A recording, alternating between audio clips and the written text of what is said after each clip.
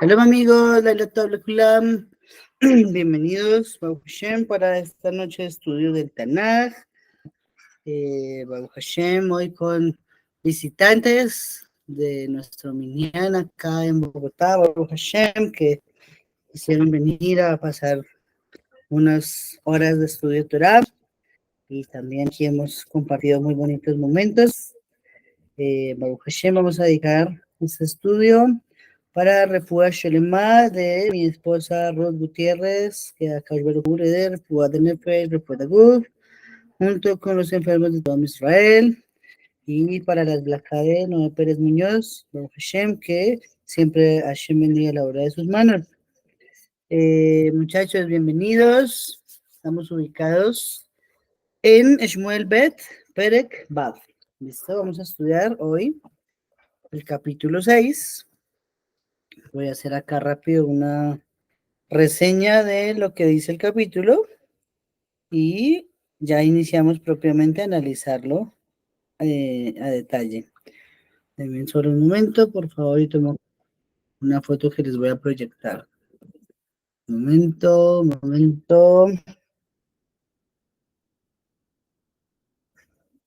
Bueno, muy bien. ¿Dónde está la cámara?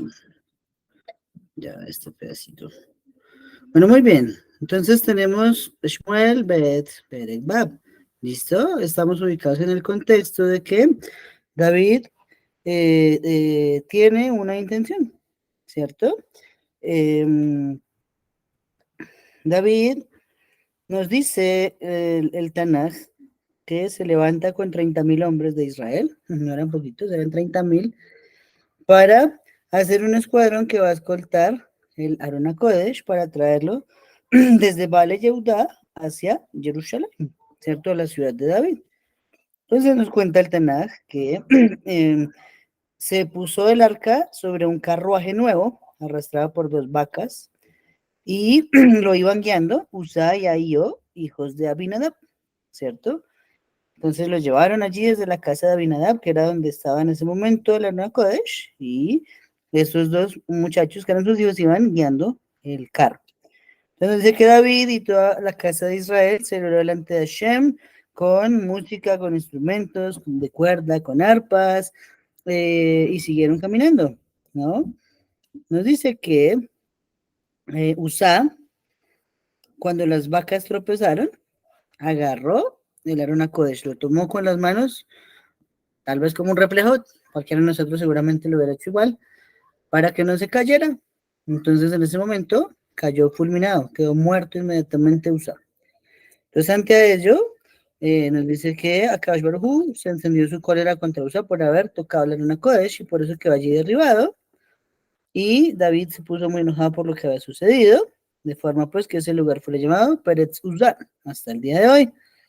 Y luego entonces David le dio miedo de Hashem, dice así en la Torah, en el Tanaj, y no quiso llevar el Arona Kodesh hasta Jerusalén, sino que la dejó en casa de Obededom el Gitita, dice así, ¿no? Entonces el Arona Kodesh estuvo 3 meses en casa de Obededom, dice que Hashem bendijo a Obededom y a toda su casa. Y entonces le contaron a David y le dijeron, Hashem ha bendecido la casa de Obededom. Y entonces nuevamente él retomó el proyecto para ir y hacer el movimiento consecuente hacia Jerusalén, ¿cierto? Entonces nos cuenta que cuando los portales de Aarón iban caminando y daban 6 pasos, él sacrificaba un toro y un animal cebado. O sea, fue tal el cortejo de acompañar a la Luna Kodesh, que cada 6 pasos, dice el Tanakh, se hacían sacrificios. David iba danzando en derredor delante de Hashem con todo su poder, y David estaba ceñido con un efod de lino. David y toda la casa de Israel venían subiendo el Arón a Kodesh con gozosa gritería y son del shofar. Y sucedió que cuando el Arón entró en Jerusalén, en la ciudad de David, Mical, la hija de Shaul, miró por la ventana y vio al rey David saltando y danzando alrededor del Arón a Kodesh. Dice el Tanaj, y lo despreció en su corazón. Así que introdujeron el Arón a Kodesh y lo colocaron en su lugar dentro del Mishkan, ¿cierto? Después de lo cual David ofreció sacrificios quemados, sacrificios de comunión, y bendijo a Hashem, proporcionó al pueblo, les dio a todos, dice así, tanto a hombres como a mujeres, una torta anular, una torta de dátiles y una torta de pasas, después de lo cual cada uno se fue a su casa. Entonces ahora nos cuenta, finalizando el capítulo, recuerden para quienes se han conectado, estamos en el capítulo 6 de Shmuel Bet, que entonces David se volvió para su casa y allí estaba Mijal, y Mijal le hizo pues la crítica consabida, diciendo cuán glorioso se hizo hoy el rey de Israel cuando se descubrió a los ojos de las esclavas de sus siervos, tal como uno de los casquivanos que se descubre completamente. David le respondió, fue ante Hashem que me escogió a mí por sobre tu padre y toda su casa para ponerme como sobre Israel. Un segundo, ok. Y ahora ciertamente haré que se me estime un poco a una mayor grado que esto, y de veras me haré bajo mis ojos, y con las esclavas a quienes tú mencionaste, con ellas estoy resuelto de glorificarme. Así que en cuanto a Mijal, hija de Shaul, no llegó a tener hijo alguno hasta el día de su muerte. ¿Listo? Ese es el capítulo, Baruch Hashem, que tenemos. Vamos a analizarlo y vamos a empezar con una pregunta. Esa pregunta no la van a responder nuestros ushpizim, que ya la dijimos hace un momento. Pero la pregunta es para quién quiere participar, ¿cierto? Primero que todo, ¿cuántas arcas habían? Esa es la primera pregunta. ¿Alguien quiere responderlo?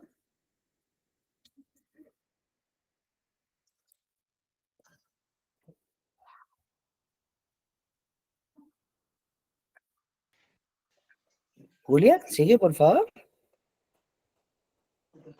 Shalom con todo. Bueno, hasta donde tengo entendido, una. Pues no sé, no he leído bien, creo. Ok, está bien, Baruch Hashem, una. ¿Alguien piensa que eran más? ¿Dos, tres, más? ¿O estamos todos de acuerdo en que era una? Vamos a hacer como cuando se suba hasta ya. Una a las dos, una a las tres. Le toca a Simha. ¿Sigue? Shalom Israel, shalom a todos. Discúlpame, es que acabo de entrar. ¿Me puedes decir qué capítulo estamos leyendo hoy?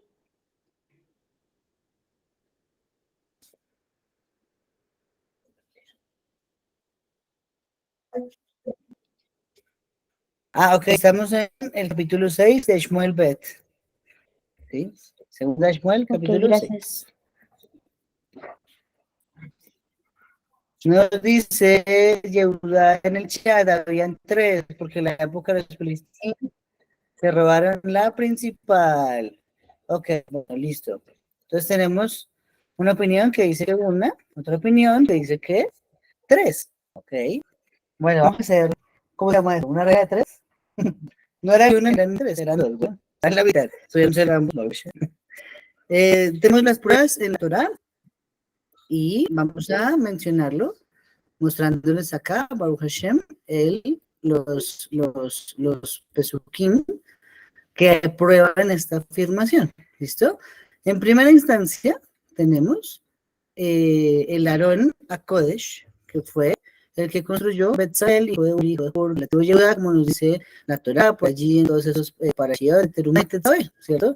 Por allí la Torah nos empieza a mencionar cómo se forjó, que era una caja de oro, en medio de una caja de madera, y otra vez adentro era una caja de oro. Entonces era oro, madera, madera. Perdón, oro, madera, oro. ¿Sí? Muy bien. Entonces ahí sabemos que ese es el Rona Kodesh, y la Torah nos dice que adentro contenía las lujot, el maná, la vara de Aarón, también agrega la Gemara diciendo, y había un Sefer Torah, el original que subió Moshe Rabbeinu, y las tablas rotas. Pues aquí es donde se bifurca toda la información. ¿Listo? Les voy a proyectar esta imagen.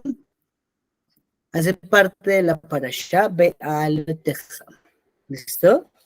Estamos hablando del libro de Bamidbar, capítulo 10, versículo 35. Y nos dice la Torah, vaya Jibin su Aarón, vaya Moshe, Kuma Adonai, vaya Fusu, Oyebeja, Veyanusu, Mesaneja, mi paneja, Ubnujo, Yomar, Shubadonai, Ribabot, Alfe Israel, ¿cierto? Allí la Torá nos dice que cuando el arca partía, ¿cierto? Moshe decía, Kuma Hashem, levántate Adonai que tus enemigos sean dispersados. Pero cuando el arca se posaba, ¿qué dice la Torá? Regresa, decía Moshe, regresa Hashem a las miradas de miles de Israel. ¿Listo? Y si nos damos cuenta, esa porción dentro de la Torá tiene un par de nun invertidas. ¿Listo? Quien lo ha visto, esta parashá es del Sefer, sabe que hay un par de nun invertidas, ahí están también en la imagen. Entonces, hay varias cosas que analizar. Primera que todas, porque tienen esas nun, la explicación que da el Midrash, es que estos dos versículos forman un solo libro de toda la Torá. ¿Sí? ¿Eso qué significa? Eso significa que existen 7 libros en realidad de la Torá. Bereshit, el número 1, Shemot, el número 2, Vaikra, el número 3, Bamidbar desde el 1 hasta el 10:34, ese es el número 4, estos dos versículos, el número 5, el resto de Bamidbar, 6, y todo el libro de Devarim, 7. Pues en realidad vienen a ser 7. E incluso, ahorita me lo enseñó aquí mi querido amigo Isahar, está en Mishle 9.1. Otra prueba que nos da el rey Shlomo que hay 7 libros de la Torá. Dice en Mishle 9.1, la sabiduría verdadera ha edificado su casa, ha labrado sus 7 columnas. Pues ahí está, eso es lo primero que podemos aprender sobre esas nun y sobre estos dos versículos. Pero una segunda enseñanza es referente a que el arca, acá nos está diciendo literalmente la Torá, que no la estaban transportando los Levín, ¿sí? Por allí hay un versículo en la Torá que nos dice que el arca, solo dice así, el Aarón viajaba delante de Israel 3 días procurándoles un lugar para descansar. Entonces uno piensa, o sea que Hashem diseña todo un ejército alrededor de los anillos del campamento para que adentro esté el Aarón HaKodesh, después los Kohanim, después los Levín, después las 12 tribus formadas, 3 a cada uno de los puntos cardinales, pero el Aarón HaKodesh estaba por allá lejos. No. Entonces ahí empezamos a ver que no era solo un arca. Y la prueba más contundente es estos dos versículos de la Torá. Nos dice la Torá que el arca partía, no nos dice que el arca era transportada por nadie. Y luego remata diciendo, y cuando el arca se posaba, eso quiere decir que el arca también solita bajaba, es decir, el arca se movía sola. Conclusión, la Gemara, el Midrash nos enseñan referente a que esa arca la hizo Moshe Rabbeinu. Y en esa arca estaban contenidas las tablas rotas del momento en el incidente de Tzedek, del becerro de oro. ¿Sí? Entonces, eso es la primera precisión que quería hacer referente al Aarón HaKodesh. Entonces, vamos a irnos. Esa era la segunda arca. ¿Listo? Pero hoy no vamos a hablar de eso. Hoy vamos a hablar de la principal, la que está mencionada en la Torá. ¿Listo? Ahí en la pantalla les estoy proyectando una imagen más o menos aproximada de cómo era ese arca del pacto, ¿sí? Entonces tenemos las varas para transportarla, la caja, la tapa que se llama caporet y los querubim arriba. Sobre estos querubim, Masechet Yomá nos cuentan el Talmud referente a que era una manera de medir la satisfacción de Hashem con Israel. Cuando estaban así como en la imagen los querubim, eso significaba que Hashem estaba muy contento con Israel, ¿sí?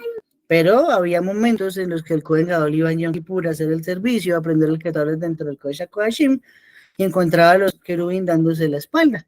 Pues eso no era un buen augurio, eso representaba que Hashem no se encontraba satisfecho con Am Israel. Entonces, por lo tanto, eso se asemeja cuando está el esposo y la esposa en la cama, ¿cierto? ¿Qué pasa? Que si están enojados, cada uno se voltea para un lado y no se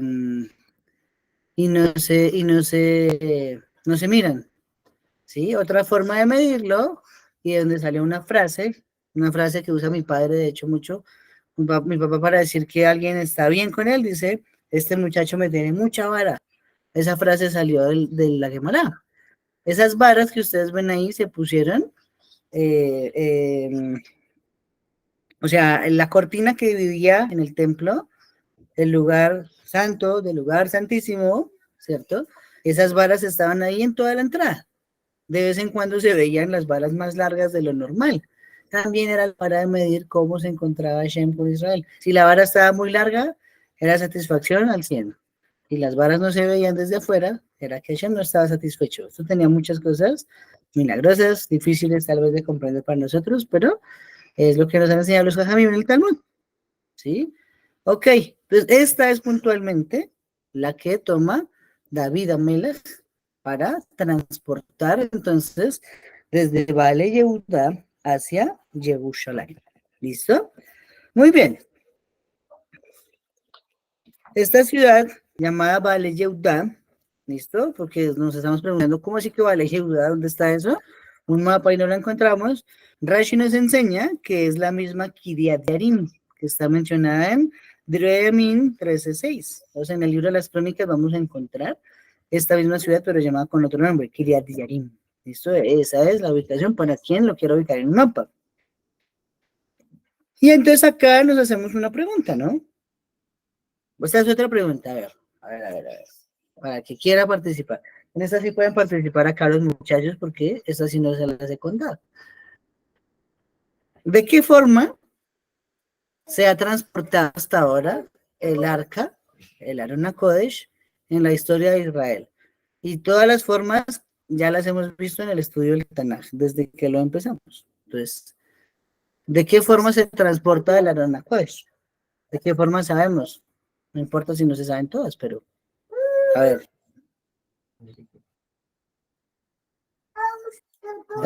¿Cómo la cargaban? ¿La cargaban? ¿Ok? ¿Quiénes la cargaban? Pues decía que no es que, yo creo que era que levitaba. ¿Levitaba o la cargaban? No, levitaba. Ok, aquí dicen que levitaba. ¿Qué dice Julia? Bueno, pues observando las características de acá del arca, pues supongo que, bueno, ya sabemos que estaba hecha de oro sólido, oro puro, entonces no es ninguna imitación, pues, ningún montaje. Entonces hay que tener en cuenta que un solo hombre no va a poder cargarla. Yo me imagino que, no sé, será 4 hombres adelante, por así decirlo, y 4 por atrás, por la parte de atrás, ya que, como vuelvo a resaltar, era oro, y yo supongo que en esa época lo hacían caminando, pues porque era lo más cercano que tenían a Hashem en ese entonces, y yo supongo que la llevaban caminando, porque no creo que van a agarrar y ponerla encima de un camello o encima de un burro, pues yo supongo que la llevaban los sumos sacerdotes caminando, pues no despacio en esa época. También sabemos que eran muy fuertes, ¿ah? En esa época, entonces cualquier cosa puede sorprendernos. Ok, listo. Muy buena respuesta. La cargaban entre 4 personas. Listo, muy bien. Midraita, así es. Vamos a escuchar porque hay más formas en que se ha cargado la historia hasta ahora. Entonces sigue la mano levantada de la señora Doris Rodríguez. Vamos a darle la palabra. Sigue, por favor.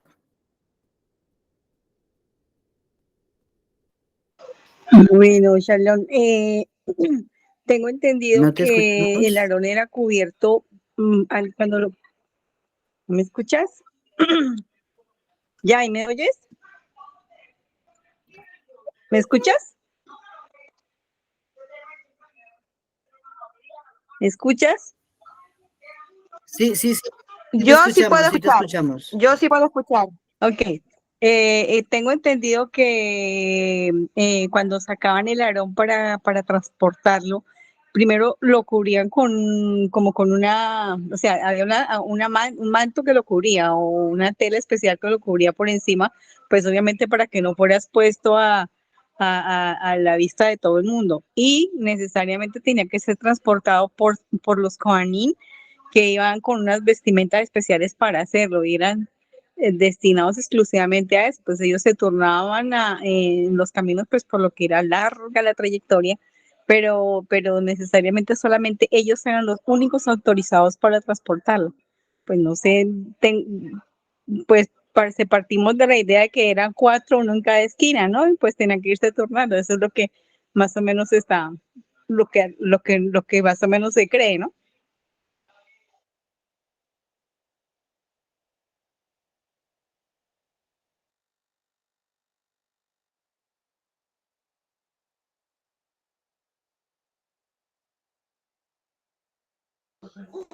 Israel, tu micrófono está apagado, no se escucha.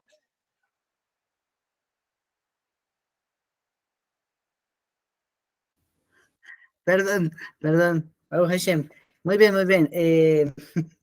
Perdón, amigos. Estaba diciéndoles que Mamash Mioraita han dicho la respuesta que está en la Torá referente a la forma de transportar el Aarón. Son a través del hombro, personas, en este caso eran Levim, no tocaba ser Kohanim, pero sí debía ser Levim para cargar el Aarón HaKodesh. Uno de los que cargaba el Aarón HaKodesh originalmente era Korah, ¿sí? Tenía un cargo importante. Tenía la mano levantada hace un momento mi amigo Yehuda. ¿Quieres decir algo, mi amigo?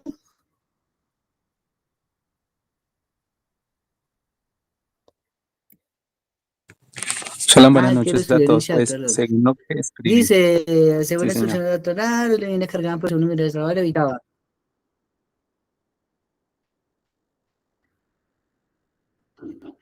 Ok, entonces según también levitaba. Al cerdo cargaba levin y otro levitaba. Bueno, ok, tenemos entonces otra respuesta. Levitaba, pareció a lo que dijo acá, dijo Shua. Ok, Maír, perdón. Muy bien. ¿Alguien más?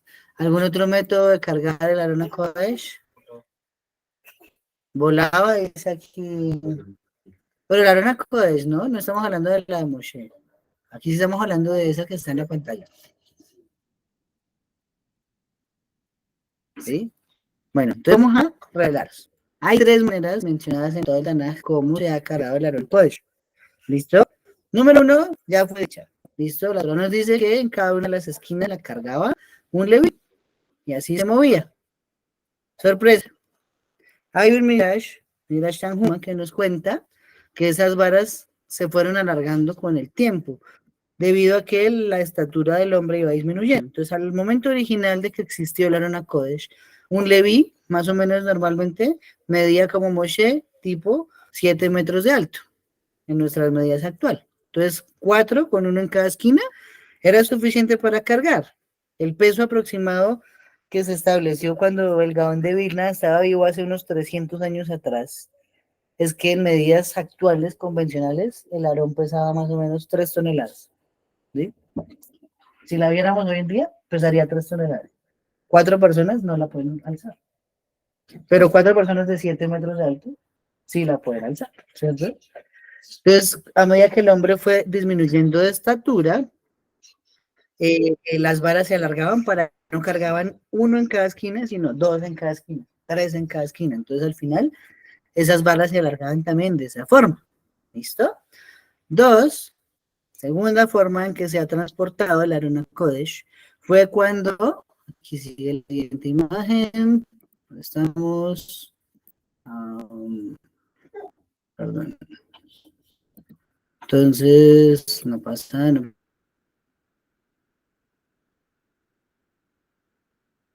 pasa, por favor, pasa imagen. Ok, entonces esta segunda imagen es, como ya lo dijimos, al hombro, ¿no? Al hombro es cómo se transportó original y así se estableció por la Torá. La segunda es esta. Si ustedes se fijan en esta es en época de Yehoshua bin Nun. ¿Listo? En la época de Yehoshua bin Nun nos dice en el capítulo número 2 que cuando Yehoshua iba a ingresar a cruzar el Jardín después del fallecimiento de Moshe, entonces los Levín pusieron sus pies en el río Jardín y ese río se abrió. Pues una mitad se dejó de para abajo porque dejó fluir agua y la otra mitad se echó para arriba y se echó para arriba y fue una señal para mostrar a todos los reyes de Canaán que ya estaba iniciando la conquista de la tierra. Entonces, por lo tanto, Hashem les dio una señal de que ya se podían ir desalojando. ¿Sí? Ok. Hasta ahí, normal. Pero resulta que el Tanakh se pregunta, y bueno, cuando pasó todo Israel, ¿qué pasó con esos Leví? Porque ellos se quedaron al otro lado de la orilla del río. Y ahí es donde nos cuenta la Gemara, si no estoy mal es Masejet Sanedrín, que esas varas volaron, como dijo acá nuestro amigo Isaacar, y cargaron a los levimas hasta el otro lado del río. ¿Sí? Entonces, ahí está el segundo método. El arca voló sola. ¿Listo? La Arona Kodesh. Y una tercera tiene que ver con algo que también mencionó Yehuda hace un momento. El Aarón fue secuestrado por los Philistines. ¿Qué hicieron ellos después de que lo secuestraron? Entonces, cuando se dieron cuenta de todo lo que les pasó, la mandaron en un carro nuevo con 2 vacas que nunca habían tenido yugo encima, y así que el Aarón fue otra vez recuperado por Israel, pero eso causó una mortandad gigante, tanto a los Philistines como al pueblo donde llegó el Aarón, porque ellos tomaron la osadía de abrir el Aarón, lo abrieron y eso no se puede abrir, ¿sí? Entonces, esas son las 3 formas en que se ha transportado, ¿listo? Pero entonces, ahora la Gemara Masejet Moed Katan nos dice, y si David conocía la Torá como nadie, era el sabio de la generación, y sabía que la Torá le dejó unas varas para que se cargara al hombro, ¿por qué lo mandó encima de unas vacas? Porque al comienzo nos dice que iba cargado encima de un carro jalado por 2 vacas. Entonces eso tiene que ver precisamente con el episodio de los Filistín, como la imagen más reciente que tenemos de movilizar el arca había sido a través de vacas. Entonces David lo hizo de la misma forma. Esa sería una de las explicaciones, pero la segunda va un poquito más allá, ¿sí? Cuando de pronto alguien dice una frase, alguien grande en Torah, si alguien grande en Torah dice una frase y esa frase puede parecer presuntuosa, orgullosa, dicha con ego, Hashem le manda una prueba a esa persona. Entonces tenemos ejemplos, ¿no? Moshe Rabbeinu dijo, cualquier caso difícil me lo traen a mí. ¿Era mentira? No, era verdad, tocaba llevárselo a Moshe el caso. Pero, en este caso, puede parecer arrogancia de que él estaba por encima de todo Israel. Y aunque lo estaba, a Hashem no le gusta que alguien de un gran nivel sea arrogante. 2, el profeta Shmuel, cuando Shaul llega a buscarlo, dice, estoy buscando al vidente. Entonces le responde, Shmuel, yo soy el vidente. Y ahora tenemos a David, que escribió un salmo que está en el 119, versículo 54. Él escribió allí, tus estatutos fueron cánticos para mí en la casa de tu morada. ¿Sí? Es decir, que él está equiparando las misbot a que son fáciles como cantar una canción. Cumplir la Torah es fácil como entonar un salmo según, se puede decir según lo escribió David Amelech. Entonces, consecuencia de estos 3 grandes gigantes en Torah que acabamos de mencionar, inmediatamente la Torah les da una prueba que la Shejina los olvida por un momento, se separa de ellos por un momento. Entonces, ¿qué pasó con Moshe cuando dijo, tráiganme los casos difíciles? Inmediatamente la Torah dice, llegaron las hijas de Zelofejad. Y Moshe dijo, no sé qué hacer. ¿Se lo dice o no lo dice? Después nos dice que el profeta Shmuel se fue a ungir al rey David, bueno, al hijo de Isaí, y miró a todos menos al que era el rey. La Shejina no le descubrió cuál era el que era el elegido para ser rey. Él creía que era el hijo mayor. Castigo a Hashem por decir, yo soy el vidente. Y ahora tenemos a David que dijo, las misbot son como una canción, o sea, son fáciles. No, las misbot son muy difíciles. Entonces, consecuencia, una misbah que sabe un niño, y el arca se carga al hombro, a él se le olvidó, y dijo que la cargara en una vaca. ¿Sí? Eso es, miramos las palabras referente a que no seamos arrogantes, porque por ahí pum, nos manda la prueba. ¿Listo? Muy bien. Entonces, para eso que usar, vamos a cambiar de foto otra vez. Usar, entonces tocó el arca.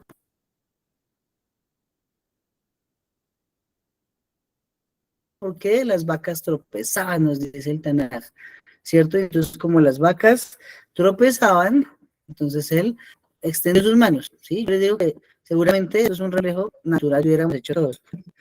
Más o menos, eso fue lo que pasó. Una carga eléctrica. El Aran Kodesh, si era oro, eso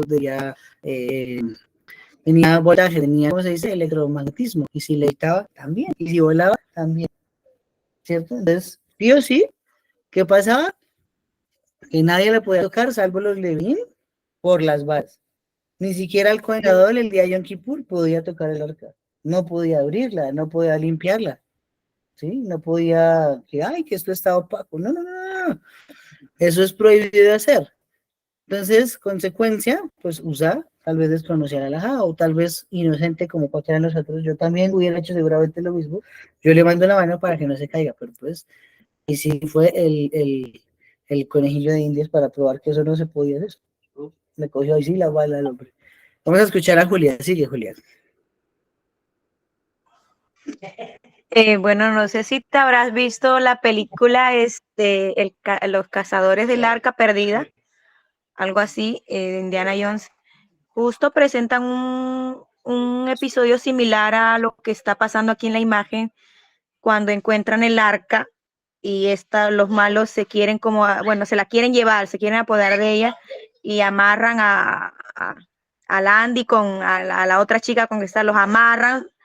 Y como estas personas tienen malas intenciones hacia el arca, empiezan a salir de ahí como especie de espíritus, como algo dentro del arca y los mata a todos, así como estilo rayos.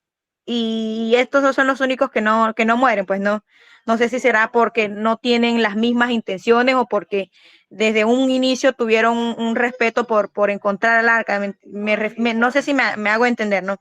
Entonces esta imagen ahorita me hace recordar lo que he visto en la película. Mira que han tenido ese detalle, han sido bastante curiosos, o habrán estudiado un poco para poner ese pequeño detalle ahí en la película. Muy bien, excelente. La mejor manera de entender a veces pasajes difíciles de la Torah es viendo películas, viendo series. En todo está la Torah, muchachos. Eso no es perder el tiempo. Si uno lo pierde por ocio, sí, pero si usted sabe dura serie y la analiza, ¿qué mensaje de Torah hay detrás? Eso se encuentran y se encuentran y se encuentran en todo. Precisamente, un detalle sobre lo que tú dices de Indiana Jones y los cazadores del arca es que el director es judío, Steven Spielberg, ¿no? Entonces él conoce perfectamente todo esto. Y del mismo modo, así como allí parece ser una descarga eléctrica que fulmina a todo el mundo que miró el arca por dentro, aquí pasa lo mismo con USA. USA, pues en ese caso, inocente, en serio que yo hubiera hecho lo mismo y todos ustedes también, fue el Paganini, y pues ahí no hay nada que hacer. Pero hay un detalle muy importante, nos dice el versículo 8 que David se encolerizó, se disgustó. La palabra que usa el Tanaj es baijar, ¿cierto? Baijar viene de una palabra, una raíz que es jarará. ¿Qué es jarará? Es pan horneado. ¿Eso qué significa de buen masaje sotá? Que si está esta palabra causándose para describir a David como encolerizado, un pan horneado, ¿qué color se pone? Negro, ¿no? Se quema mucho. Cafecito. Eso quiere decir que el rostro de David se puso oscuro, lo que sintió porque la Lola Kodesh había matado a una persona. ¿Sí? Entonces, sigue diciéndonos el Tanaj, que entonces el rey decide y dice, no, vamos a parar acá la operación, vamos a dejar esto en la casa de Obed-Edom. ¿Listo? ¿Quién era Obed-Edom? ¿Sí? Obed-Edom, parece que traduce el siervo rojo, sí, más o menos, Obed-Edom. Está mencionado en Divrei Yamim 15:24, era, Primera Crónica es 15:24, era un leví, ¿listo? Entonces un leví es apto para transportar el Arona Kodesh. Entonces, sin embargo, en la casa de él dejan a resguardo el Arona Kodesh, y precisamente en el libro de Crónicas es descrito Obed-Edom no solo como un leví, sino como un portero del Mishkan. Entonces el hombre tenía un cargo importante, era portero en el Mishkan. Importantísimo. Ok. Y nos dice el Tanaj que Hashem bendijo a Obed-Edom, ¿cierto? Aquí sí, no me gusta preguntar a todos porque eso es relativo, cada uno ve bendición de maneras diferentes, ¿sí? Pero, ¿qué es bendición? Hay un concepto general en la Torah. ¿Listo?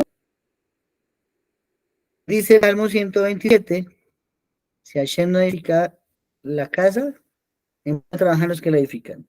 Si Hashem no vigila la ciudad, en vano era la guardia, ¿cierto? Es en vano que nos despertemos temprano y vayamos tarde a reposar porque Hashem dará el pan a su amado. Y luego dice, aquí herencia de Hashem son los hijos, ¿cierto? Cosa de gran estima el fruto del vientre, Dichoso el hombre que llenó su aljaba de ellos, no será conmovido en su vejez cuando pelee con los enemigos en las puertas de la ciudad. Tremendo, ¿no? Entonces, ¿qué significa eso? Que el concepto bendición en el contexto de la Torá va a ser siempre tener hijos. Eso es una bendición. Tener hijos. Es la primera mitzvah de la Torá. ¿Listo? ¿Cómo sabemos que esa es la bendición? Bueno, Rashi nos enseña que la bendición, esta prueba, está en Primera Crónicas 26:8.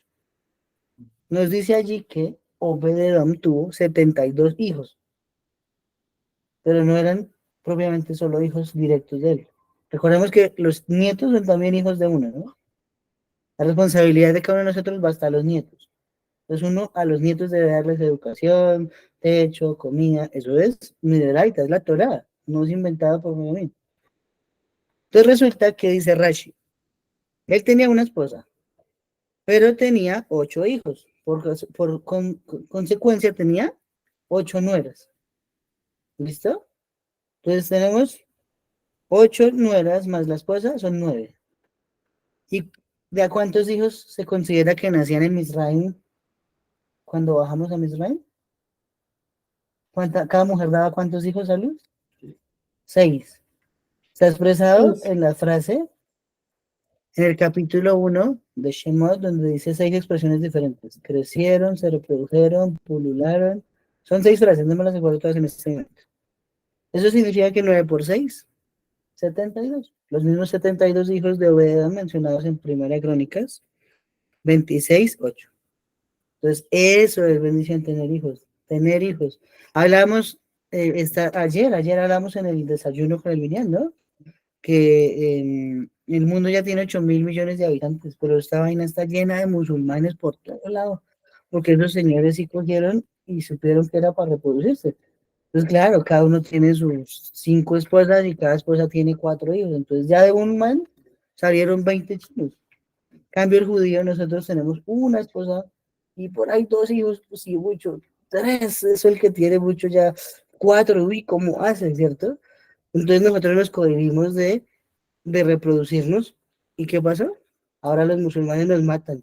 Y yo hablaba ayer con mi amigo Yeremiyahu, que nos habla el otro día acá en el Tanaj.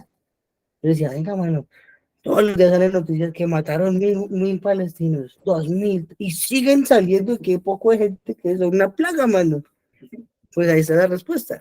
Estos sí saben cómo es que es el mundo. Llenaron el mundo de musulmanes y ahora nos toca aguantarnos eso que se nos viene encima. ¿Sí? Muy bien. Una reflexión que hace la Gemara Masejet Berajot, ¿cierto? Rabbi Eliezer enseña que si Obed-Edom recibió recompensa, muchachos, por simplemente barrer y limpiar, rociar agüita para quitar el polvo alrededor del aronaco en su casa, porque no puede hacerle más, ¿sí? Barrerlo por los laditos, trapear, digamos, no sé, en términos actuales. Recibe una recompensa gigante solo por eso. Entonces dicen los Jajamim, Masejet Berajot, página 63b. ¿Cuánto más recibe uno de recompensa por recibir un Talmid Jajam en su casa? ¿Cierto? ¿Por qué? Un Talmid Jajam es una Torah viviente, ¿cierto? Una Torah viviente. La Torah escrita, pues ahí está en tu cajita y se saca cuando se puede, cuando hay mínimo, pero la Torah viviente es uno de hombre que tiene todo el tiempo la Torah en su mente, en su corazón. Entonces hay una gran recompensa. Baruch Hashem, hoy tengo 2 amigas a mí en mi casa, muchachos. Entonces Baruch Hashem nos enviará una recompensa abundante, bendito sea él. ¿Sí? El Malvin resalta que David hizo 3 tipos de sacrificios distintos para Hashem. O sea, sacrificios dejando su honor abajo y subiendo el de Hashem. Eso era lo que hacía grande a David. No le importaba humillarse delante de Hashem y decir, sí, yo la embarré, yo no estoy haciendo las cosas bien, yo tengo la razón. Esas son frases que hoy nadie las dice, ¿sí? Mucho menos un líder de Israel va a decir algo así. Pero acá vemos a David en otra circunstancia. Ahí lo vemos muy feliz, lanzado, aunque bueno, la gráfica lo muestra como sin ropa, pero no estaba sin ropa, ¿no? Estaba sin ropas reales. Entonces vamos a nombrar las 3 maneras, según el Marín, en que David sacrificó su honor por el honor de Akadosh Baruj. Número 1, su cuerpo, ¿sí? Porque Él danzaba y corría con todas sus fuerzas delante de la Arona Kodesh. Así como está en la ilustración, está bien. Él iba adelante con todas sus fuerzas danzando y corriendo. ¿Listo? Número 2, en su vestimenta él se humilló por el honor de Hashem. ¿Por qué? Él no estaba desnudo como la ilustración, ya lo dijimos, pero nos dijo el Tanaj en el versículo 14 que usaba un efod. Un rey jamás usaba un efod. El efod es una prenda de un cohen. ¿Sí? Entonces, el rey se quitó sus prendas reales, sus prendas distinguidas, sus prendas hermosas, para ponerse prendas en calidad, digámoslo, de cierta forma inferior, que son las de un cohen. ¿Sí? Y por lo tanto, rebajó su honor por subir el honor de Hashem delante del rey. Y el número 3, que todo Israel se unió. Claro, si el rey estaba bailando y danzando, pues empezaron sus ministros, sus generales, sus soldados y todo el pueblo terminó en un baile y una danza. Y esto nos enseña de su humildad extrema, porque rara vez vamos a ver a un gobernante con el pueblo. Eso solo pasa en campañas electorales. ¿Sí? O sea, ustedes vieron ahorita al nuevo alcalde que escogió Bogotá, que eso está todo el mundo dichoso con el señor. Eso se subió al Transmilenio, otro se fue a venir a Osa, otro, bueno, no sé, un poco de cuentos ahí reforzadísimos. Hasta ahí llegó eso. O sea, en todos los 4 años de mandato no se va a subir a un Transmilenio. Jamás va a pasar por de la 26 hacia abajo de la ciudad. No, eso no va a pasar nunca. ¿Sí? Bueno, David Amelech era diferente. David Amelech se mezclaba con el pueblo y estando con el pueblo, eso demostraba su extrema humildad, ¿no? Muy bien. Continuando, entonces nos dice que después de que ya entró el Arona Kodesh a Jerusalén, entonces él le entrega un regalo a cada hombre, a cada mujer, pero Mijal, cuando se dio cuenta que él venía en esa actitud delante del Arona Kodesh, dice el Tanaj, lo despreció en su corazón, ¿cierto? Lo despreció en su corazón. Sí, los también dicen que eso es debido a que ella dijo, esa actitud no es correcta que la haga un rey. Pues criticó a un tal Mijajam, pero Jajam grandísimo, y por lo tanto, eso no fue bueno delante de los ojos de Hashem. Entonces la respuesta de David es significativa, ¿no? Le dice, ¿cómo vas a hablar tú de que está bien que haga un rey cuando tu papá fue quitado del reinado de Israel? Tus hermanos ninguno fue hallado digno y me dieron el reino a mí. Ahora me vas a enseñar a ser hijos, dice mi papá. ¿Sí? Entonces, ¿qué pasó? Que nos dice el Tanaj que entonces Mijal no dio a luz hasta el día de su muerte. ¿Sí? Pero entonces aquí hay 2 interpretaciones referente a eso. La número 1 es del Masejet Shotá del Jerusalén. ¿Listo? Nos dice que Mijal sí tuvo un hijo, ya lo vimos en el Shiur hace como 1 o 2 estudios atrás, que se llamó Itream, ¿cierto? Pero entonces que no volvió a tener hijos. Entonces fue lo único que tuvo y desde aquí, esterilidad hasta que murió, ¿cierto? Al final de sus días, dice Masejet Shotá, ella mugió como una vaca y murió. Eso se desprende de que el nombre de la torre que el Tanaj le da es Egla. Ese es otro nombre para referirse a Mijal, Egla. Egla es ternera. Entonces, dicen que cuando murió, ella mugió como una ternera, entonces murió. ¿Listo? 2, segunda interpretación, que es ahora del Masejet, este es del Babli, de Masejet Sanedrin, página 21a, tiene que ver con que hasta el día de su muerte no dio a luz, pero el día en que iba a morir sí dio a luz. Claro, porque como dice escrito, no llegó a tener hijo alguno hasta el día de su muerte. O sea, se puede interpretar de las 2 formas. Se murió sin más hijos, o el día que volvió a dar luz, ese día se murió. ¿Sí? No lo sabrán, pero ahí está las 2 versiones que nos da el Tanaj referente a eso. ¿Sí? Ok, y entonces ahí ya el Aron Kodesh nos queda en Jerusalén, se preparó una casa especial y todo esto hizo parte de los preparativos de David para avanzar en la intención de construir una casa Shem. Hasta ahora no ha manifestado la intención, pero este fue un primer paso, porque luego él empieza a decir, ¿cómo así que el arca de Hashem vive en una casita, en una tiendita, y yo sí vivo en tremendo palacio? ¿Cierto? Se lo vamos a ver un poquito. Bueno, un poquito no, se lo vamos a ver en el próximo capítulo. El próximo capítulo, dentro de una semana, pues Rashem, hablaremos de esa intención de David de construir el Bet Hamikdash y qué pasó y cómo se desarrolló esa idea. ¿Listo? ¿Qué más podemos decir sobre este estudio? El Arona Kodesh, no, creo que no hay más así como para mencionar. No sé si alguien tiene alguna pregunta, alguien tiene algún otro comentario.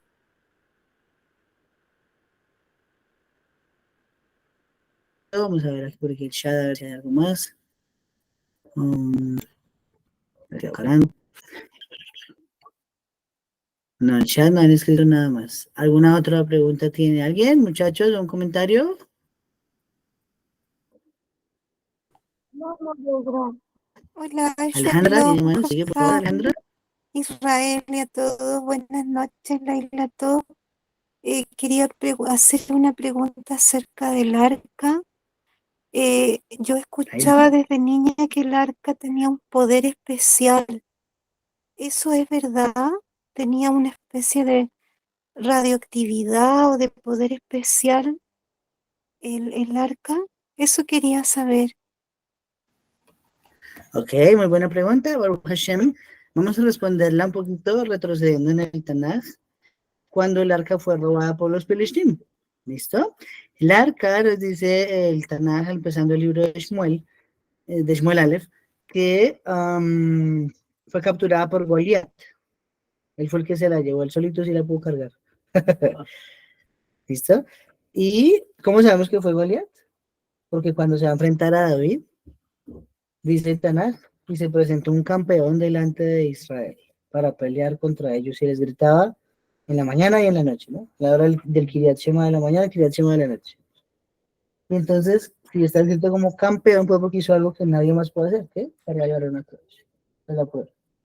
¿Sí?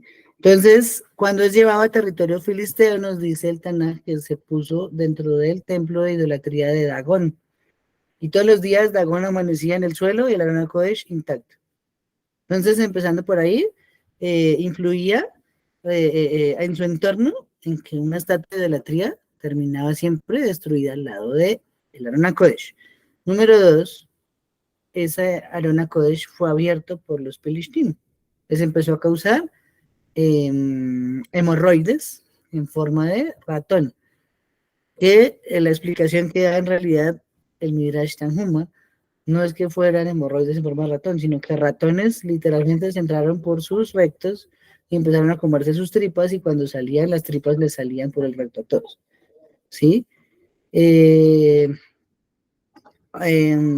Número 3, en esos capítulos también se menciona que cuando regresa el Arona Kodesh, regresa a un pueblo específico en Israel, frontera con los Pelishtim, y ellos también abrieron el Arona Kodesh, y ahí murieron 70,000 hombres del pueblo, ¿sí? Porque es más duro el castigo cuando somos nosotros sí conocemos la halajá. Los Pelishtim que iban a saber que eso no se puede abrir, ¿no? Y en esos sucesos, donde aparecen las intervenciones en el arca, deduzco yo, esto es una deducción mía, no la he encontrado en ninguna fuente de los Jajamín, pero es deducción mía, ahí fue donde se extraviaron las cosas que estaban dentro del Arona Kodesh, porque si leemos Primera Reyes capítulo 7, cuando Shlomo introduce el arca ya en el Bet Hamikdash, dice allí, solo se encontraban las 2 tablas del pacto, no había más, no estaba el maná, no estaba el Sefer Torah, no estaba la vara de Aarón. Pues que al Bajomer, en una de estas situaciones, alguien se las quitó o se comieron el maná y eso fue lo que produjo todo lo que pasa. Es mi opinión, ¿no? Puede ser. Entonces, al final, claro que esa radiación de santidad es tal que no debemos meternos con ella, porque no estamos en la capacidad de soportarla. No la soportaron ni Yehudim, ni filisteos, ni siquiera estatuas de idolatría de otras naciones. Entonces, sí, la respuesta es que ahí están las pruebas en el Tanaj referente a esas cosas como mágicas que rodeaban a la Arona Kodesh. ¿Sí? Creo que la señora Marta iba a decir algo. Doña Marta, sigue, por favor. Y también los que entonces cuando alguien al árbol se podía morir. Si alguien se acercaba al Aarón y lo tocaba, se moría. No, señor, gracias. Ah, ok. Sí, aquí Joshua también dice, claro, aquí mismo hoy vimos que tocarla, fulminado de una vez. ¿Listo? Bueno, creo que entonces no hay más preguntas. No hay más ¿Y se sabía algo comentarios. donde se la- el arca? ¿Sí? ¿Se sabía algo de dónde se la arca? Ah, esa está severa, muy buena. Yo la había pensado decir y se me ha olvidado. Qué bien va. Muy bien. Aquí me nos pregunta, ¿y qué pasó con el Arona Kodesh? Yo sé de 3 teorías. Si alguien sabe otra más aparte de estas 3, por favor, que nos la cuente. ¿Listo? Teoría número 1 fue robada por los imperios que nos han saqueado a lo largo de la historia. Babilonia, Persia, Grecia, Roma. ¿Cierto? Y en cualquiera de esas podría estar. Una teoría dice que puede estar en los socavones, en los túneles que hay debajo del Vaticano, en Roma. Puede ser, esa es una teoría. No hay pruebas de ello. 2, segunda teoría, el rey Shlomo tuvo un hijo con la reina de Saba. Menelik se llamaba él. Nos dicen algunos jajamín, porque eso tiene explicación de jajamín, que cuando él vio proféticamente que el templo iba a ser destruido, entonces diseñó más arcas, como señuelos, ¿sí? Copias, y le mandó la original a su hijo, en lo que hoy se conoce como Etiopía. Allá era donde era la reina de Saba, Etiopía. Entonces en Etiopía, hoy incluso ustedes pueden buscar en Google, y eso no es mentira, existe una casa donde dice que ahí está el arca del pacto sagrado. Y hay una persona que su trabajo es toda la vida cuidar esa arca. Él no se puede mover. De ahí, 30 años vivió, 30 años es ahí cuidando el arca. Tiene pruebas y nadie la ha visto, por ende, porque obviamente nadie la puede fotografiar, es prohibido. No sabemos si ese sea la Aurora Kodesh o sea uno de los señuelos de Shlomo que mandó para Israel. ¿Sí? Esa es la número 2. Versión número 3, esta es de la Gemara, Masejet Yomá. Masejet Yomá nos dice que está enterrada debajo del monte del templo. ¿Sí? Es decir que, así como Shlomo era de sabio, él diseñó mecanismos de defensa. Él dijo, si un día nos van a ir a robar, alguien oprime este botón, ¿y qué pasa? Como hacen en las películas, bajan el original y suben un señuelo. Entonces, si se van a robar algo, se llevan el señuelo, el original quedó resguardado abajo. Entonces, Masejet Yoma cuenta que algunas veces cuando volvieron de Babilonia del exilio, con Ezra y con Nehemías, hubo un par de personas excavando en el monte del templo para reconstruir el templo y vieron, parece ser ese botoncito, y cuando salían a decir, ¡ay, ay, ay, ay! Ahí está el botón, caían muertos de una vez como USA. Como cayó USA, caían ellos, como si hubiera sido una descarga eléctrica fulminante. Entonces, la tercera, que es la de los Jajamim, y pues que creo yo que es la original y la verdadera, es que todos los Kelim, la menorá de oro, el pan de la proposición, la mesa del pan, el arca del pacto, todo está guardado debajo de lo que sabemos que es el Bet HaMikdash. Simplemente esperando que el día que aparezca Mashiach Tzidkeinu, él sea el que los diga, mira, aquí estaba todo el tiempo, lo sabíamos. Bueno, lo sabíamos. Hay una prueba de que en Roma no se llevó todo eso. El arco del triunfo en Roma. El arco de Tito tiene dibujado una menorá curva, y la menorá no era curva, no era recta. Entonces, por lo tanto, eso prueba que los imperios no se llevaron los Kelim, pero sí se llevaron cosas de menor santidad, como por ejemplo cucharones, vasos, porque el rey Ahasverosh dice que mandó traer unos vasos. Eso es rarísimo en el capítulo 1 de Esther, que nos importa traer unos vasos, ¿no? Eran los vasos del Bet HaMikdash.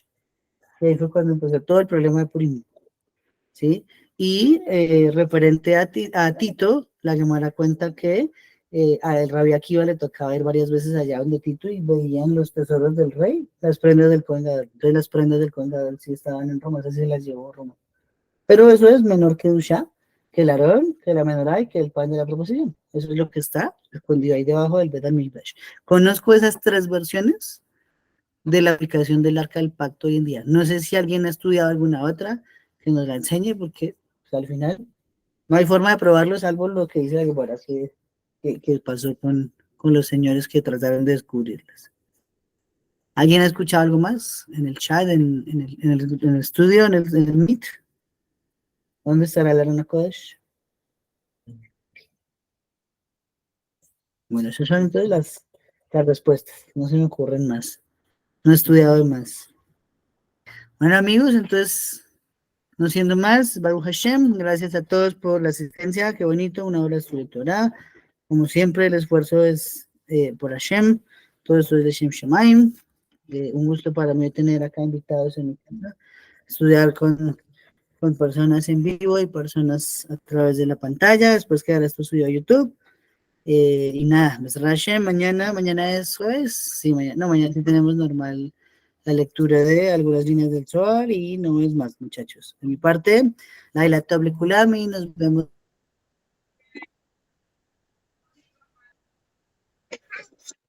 Laila Tov. Laila, todo. Laila Top, chaval.